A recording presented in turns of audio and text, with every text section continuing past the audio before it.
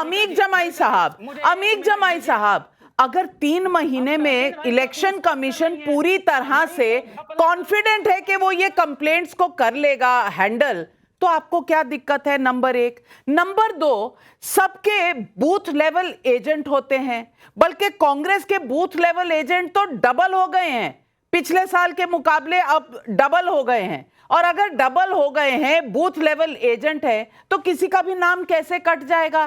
कोई अंधेर गर्दी तो चल नहीं रही, हर जगह कैमरे मौजूद हैं, वीडियो फुटेज रिकॉर्डिंग की सुविधा मौजूद है, कहीं भी गड़बड़ होगी आपके बूथ लेवल एजेंट पकड़ लेंगे। मुझे समझ नहीं आ रहा कि आपके पास सारे हथियार हैं, सारी चीजें हैं, लेकिन फिर भी इतना ट्रस्ट डेफिसिट। ये ट्रस्ट डेफिसिट अपने पे है या इलेक्शन कमीशन पर है? नाविका जी, बहुत ही इंडिया ब्लॉक के लिए, विपक्ष के लिए इस देश में एक बहुत ही बड़ा संकट है कि जो हमारा मीडिया एक निष्पक्ष न्यूट्रल होना चाहिए, इलेक्शन कमीशन को न्यूट्रल होना चाहिए, सब लोग इस मेजोरिटेरियन सुप्रीमेसिस्ट रिजीम के साथ बैटिंग कर रहे हैं और हर गलती के लिए, हर बात के लिए समाजवादी पार्टी को, आरजेडी को, कांग्रेस को सुबह शाम, जैसे एक राष्ट्रव्यापी विश्व दिवस सुधांशु भाई कोई मनवा लीजिए साल में, जिस दिन मीडिया विष उगलेगी विपक्ष के खिलाफ। तो कोई बात नहीं हुई। देखिए, हमने 22 का चुनाव समाजवादी पार्टी लड़ी उत्तर प्रदेश में। इलेक्शन कमीशन को हमने बहुत सारे कंप्लेंट्स दिए। आपको मालूम क्या कंप्लेंट्स थी? 89 सीट पे समाजवादी पार्टी 150 से लेकर तकरीबन 8 से 10 हजार वोटों में हम हारे। वोट डिलीशन के मामले पहले आए, उसके बाद जो वोट्स बाहर होते हैं, जो मजदूर बाहर काम करते हैं, जो लोग बाहर जाके काम करते हैं, वो वोट्स वहां पे पड़े। इन सारे मामलों को हम लोग डायग्नोस करके, सारे मामलों को इकट्ठा करके, माननीय राष्ट्रीय अध्यक्ष जी ने उस सारी कंप्लेंट को हमने इलेक्शन कमीशन तक पहुंचाया। वो सारे मामले सब जुडिस है, इसलिए मैं आगे की बात नहीं करना चाहता हूं। उसी परिप्रेक्ष्य में बीजेपी को यह मालूम है कि बिहार में बीजेपी बुरे तरीके से इस बार आदरणीय तेजस्वी जी की क़यादत में लूज कर रही है। अखिलेश जी भी चुनाव में उतरेंगे बिहार में, इसलिए कैसे चुनाव को, इलेक्शन कमीशन को इस्तेमाल करके कैसे चुनाव को मैनेज किया जाए, कैसे वोट्स को मैनेज किया जाए। अरे भैया, यही मजदूर, गरीब गुरबा लोग लोकसभा के चुनाव में आपको वोट दिए तो मोदी जी ग्रेट थे, मीडिया भी कह रही थी मोदी जी ग्रेट है, जलवा चल रहा है नीतीश जी का। अब वही मजदूर, गरीब गुरबा लोग, जब ये चुनाव होने वाला है, जब ऐसे समय में, जब बाढ़ग्रस्त जितने इलाके हैं, 1 महीने में आप कैसे कर देंगे? हमें करने में कोई दिक्कत नहीं है। अमीक जमाई जी, आपने कहा कि मीडिया और इलेक्शन कमीशन दोनों बीजेपी की तरफ हैं। भैया, अगर हम सब बीजेपी की तरफ थे तो आपकी 37 सीटें लोकसभा में कैसे आ गई? आपकी 37 सीटें उत्तर प्रदेश में लोकसभा में कैसे आ गई?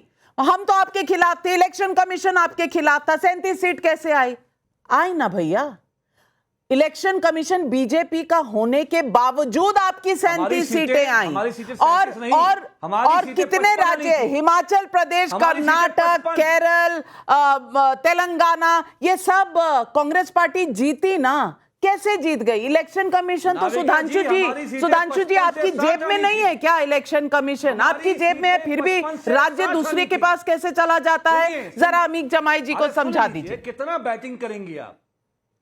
टाइम्स नाउ कितना बैटिंग करेगा बीजेपी? मैंने आपसे बहुत लॉजिकल क्वेश्चन पूछा है। अगर आपके पास तिल मिलाने के अलावा कोई जवाब नहीं है तो जनता समझ जाएगी, कि सिर्फ तिल मिलाता है, जिसके पास लॉजिकल सवाल का जवाब नहीं होता है वो इसी तरह तिल मिलाता है। 37 सीटें कैसे जीती?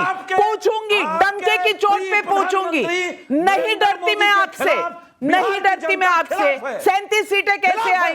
37 सीटें कैसे आई? खिलाफ वोट देना चाहती है। उनके खिलाफ वोट देने के लिए मजदूर, गरीब गुरबा, दलित, पिछड़ा, बिहारी लोग तैयार हैं। सुधांशु जी, 37 सीटें जब आई तो कह रहे थे कि अरे भाई, हम लोग ज्यादा, हम मोदी के खिलाफ लहर चल चुकी है, हम लोग ज्यादा यहाँ सक्सेसफुल हैं। अखिलेश जी कितने बड़े नेता हैं, आज तिल मिला क्यों रहे हैं इतना? बिहार हार रहे हैं वो, हम नहीं जो भविष्यवाणी मैं नहीं करती, आप करते हैं। फैक्ट के साथ बोल देना चाहता हूं। हम तिलमिला नहीं रहे हैं।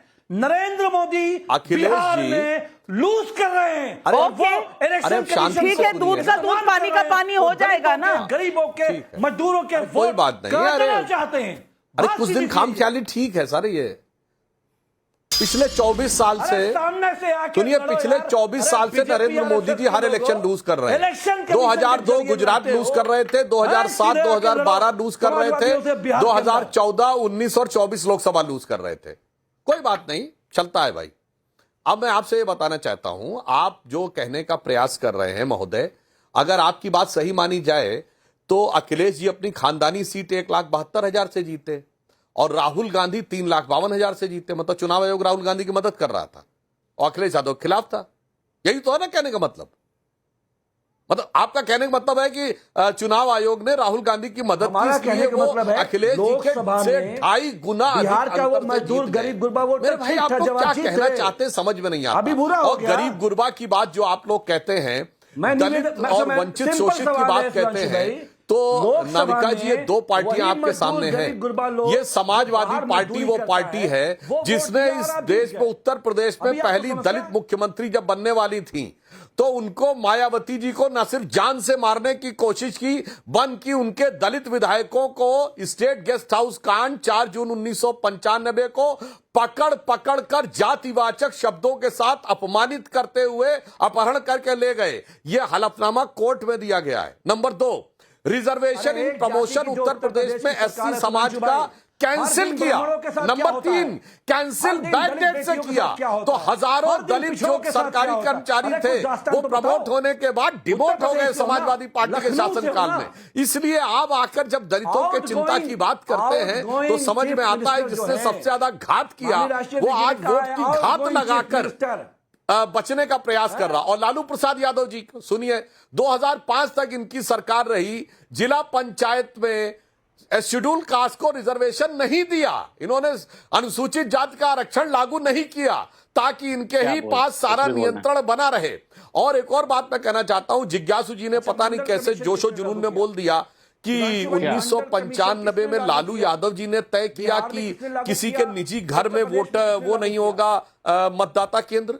तो मेरी तो ये जानकारी अजीब है, क्या किसी के घर में मतदान बूथ होता था? ऐसा तो नहीं होता था। और ये क्या राज्य सरकार तय करती कि चुनाव आयोग तय करता था? क्या बात तो बात मैं ये कह रहा हूं केंद्र कि ये सरकार ने भी तय ट्रेंड नहीं किया और राज्य सरकार ने तय कर दिया कि बूथ कहां से होगा। अरे महोदय, कुछ भी ना बोलने लगा करिए। और एक बात मैं मानता हूं, जिज्ञासु जी की बात से मैं समर्थन करता हूं। लालू यादव जी आज तक इतना गरीब गुरबा जात बिरादरी करके एक ही चुनाव जीते 1995, क्योंकि 1995 में वो सीएम थे, उनके नाम पे चुनाव था, वो जीते। 1990 में उनका कहीं नाम नहीं था, वीपी सिंह के नाम पे चुनाव था। 1999 के चुनाव में वो जेल में थे, राबड़ी देवी जी मुख्यमंत्री थी और बहुमत नीतीश कुमार को ज्यादा सीटें मिली थी। और 2005, 10, 15 और 20 4 चुनाव नीतीश कुमार जीते, जिसमें 3 हमारे साथ, 2004 में अटल जी को हमने धूल चटाई प्रोजेक्ट होके। 2004 और लालू यादव जी एक बार जीते 1995 अरे भाई, अभी उधारी सेटल मत करिए, लेकिन पब्लिक सवाल पूछ रही है। और शुभांकर भट्टाचार्य, पब्लिक के सवाल सुनिए। सुरेंद्र नाथानी का धनबाद झारखंड से सवाल है। इमरान मसूद बोलते हैं हमारी पार्टी को सब पता है कि किस गांव में हमें कितने वोट मिलेंगे। तो बंगाल में इतनी बुरी हालत के लिए ममता सरकार दोषी है या चुनाव आयोग या मोदी जी? पीयूष अहाया का व्हाट्सएप पर सवाल है, बीजेपी रिमोट वोटिंग मशीन यानी आरवीएम लाने वाली थी, उसका क्या हुआ? अमरीक सिंह का मोहाली से सवाल है। सवाल जयंत जिज्ञासु से है। आज सवाल उठाने वाले ये बताएं कि बिहार में लालू प्रसाद यादव के जमाने में जिस तरह से मुंगेर में कट्टे बनाने का जो ठेका दिया जाता था, फिर बूथ किस तरह लूटे जाते थे, कैसे हत्याएं होती थी, उसका कौन जवाब देगा? शुभांकर भट्टाचार्य, आपको अभी से डर सता रहा है अगले साल बंगाल में क्या हो? सवाल हमसे पूछा तो हमको जवाब देने दीजिएगा। नहीं, पहले शुभांकर जी। नविका जी, मैंने 32 मिनट सबको सुना। 2 मिनट आपका प्रश्न, 2 मिनट आपका पूरा प्रश्न सुना। आप कम से कम थोड़ा सा अगर आप हमें मौका दें। आज इस कार्यक्रम के शुरू होते ही मैंने देखा सबसे पहले कि मोदी जी का सब विरोध हो रहा है, इससे कहां पे कितना दर्द फूटा किधर पे, वो भी दिख रहा था। यहाँ पे चुनाव आयोग पर उंगलियां उठी तो भाई माननीय सांसद जी को दर्द फूट पड़ा, वो भी दिखाई दिया। ये सारी जो जितनी जो फील्डिंग जो है वो अलग अलग जगह पे दर्द लोगों का यहाँ पे निकल रहा है।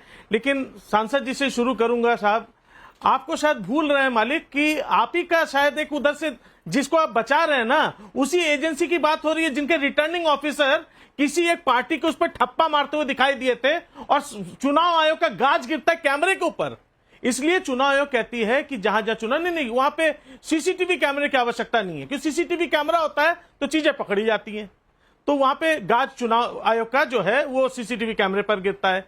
बात आती है कि भाई नेता कितने महान हैं। जी हाँ, बिल्कुल, मैं नाविका जी की एक बात से बिल्कुल सहमत हूं कि आज हम लोगों ने बिल्कुल चुनाव में बहुत बड़ा फर्क देखा है। बिल्कुल सही बात है, आप कहते हैं बूथ कैप्चरिंग। एक टाइम था जब टीवी खोलिए न्यूज पर आप लोग बंदूक के जोर पर न्यूज आपने बूथ कैप्चरिंग देखी, और उसी न्यूज पर अब हम लोग क्या देखते हैं कि चुनाव आयोग के लोग चुनाव जो कराते हैं हमारे देश की, जो जिसको हम फ्री एंड न्यूट्रल हम इलेक्शन की बात करते हैं, वहां देखा जा सकता है कि वो लोग किस तरीके से ठप्पा लगा रहे हैं और किस पार्टी के लिए ठप्पा लगा रहे हैं, किस प्रकार से वोट प्रतिशत में कैसे करके बदलाव आ जाता है। बंगाल की बात कर रहा हूं, बंगाल में जब सीटें जब आती हैं तो एक पर्टिकुलर सीट जिसके ऊपर सारी लड़ाई थी, उसमें 2 बार उसके आंकड़े बदल जाते हैं। काउंटिंग होती है, 3 बार काउंटिंग होती है। पहले काउंटिंग में एक नेता को पहले जीता हुआ घोषित कर दिया जाता है, फिर दोबारा काउंटिंग होती है तो मात्र 1900 वोट से अगला जो है जीत जाता है। वो मामला हाईकोर्ट में जाता है तो वो रद्द कर दिया जाता है कि भाई ये चुनाव का मामला है, नहीं उठ सकता। अच्छी बात है, लेकिन इस पर प्रश्न जो जनता के प्रश्न हैं वो तो उठेंगे और हमेशा रहेंगे। तो ये मत कहिए कि पहले जो है चुनाव में क्या होता था, बूथ कैप्चरिंग, पहले बंदूक के जोर पर बूथ कैप्चरिंग होता था। मान लिया, आपकी बात बिल्कुल सही करते हैं कि पहले बंदूक के जोर पर ये सब भी समय देखा गया, बैलेट बॉक्स लूटा जाता था। अब तो नौबत ही नहीं आती, अब तो बटन से सारे काम हो रहे हैं। एक बटन दब जाता आप है, तो पता कह रहे नहीं थे कौन सा कि वो जादू चुनाव टोना होता है, आयोग के कैसे लोग चीजें बदल ठप्पा जाती लगा हैं। रहे थे। अभी आपने मैं यही कहा- सोच रही थी कि ठप्पा कहाँ लगा रहे थे, वहां तो बटन से चुनाव होता है ना, ये ठप्पा लग कहाँ रहा था जो आपको दिख रहा था। और मैं कुछ और भी आंकड़े बता दूं, केवी के सुंदरम 1958 से 1967 तक रहे थे चुनाव आयोग, उन्हें लॉ कमीशन का अध्यक्ष बना दिया, पद्म भूषण दे दिया, नरेंद्र सिंह को पद्म विभूषण से सम्मानित कर दिया, आर.के. त्रिवेदी को पद्म विभूषण और राज्यपाल बना दिया, वी.एस. रमा देवी को राज्यपाल बना दिया, टी.एन. सेशन को कांग्रेस पार्टी से चुनाव लड़वा दिया। ये सब भी तो हुआ था, भूल गए, याददाश्त बहुत कमजोर है। सुधांशु जी, इसका जवाब दे दो।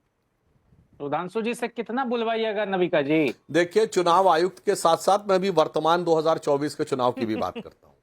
पहली बात, हमारे सम्मानित वक्ताओं को याद होगा, अटल जी की सरकार 1 वोट से गिरी थी अप्रैल 99 में, तो चुनाव मई में हो जाना चाहिए था। चुनाव 6 महीना पीछे सितंबर 99 में क्यों ले जाया गया? क्योंकि चुनाव आयोग को अधिकतम पावर 6 महीना पीछे ले जाने की होती थी। चुनाव आयुक्त मनोहर सिंह गिल थे, जो बाद में कांग्रेस की सरकार में जाके मंत्री बने, सबके साथ साफ हो गया। ये ठीक है कि उसके बाद भी दोबारा अटल जी ही प्रधानमंत्री बने और हम ही लोग चुनाव जीते। मगर मैं पिछले चुनाव की बात करना चाहता हूं। नाविका जी, फैक्ट बहुत से लोगों के ध्यान से उतर गया। यूएसएड एक एजेंसी है।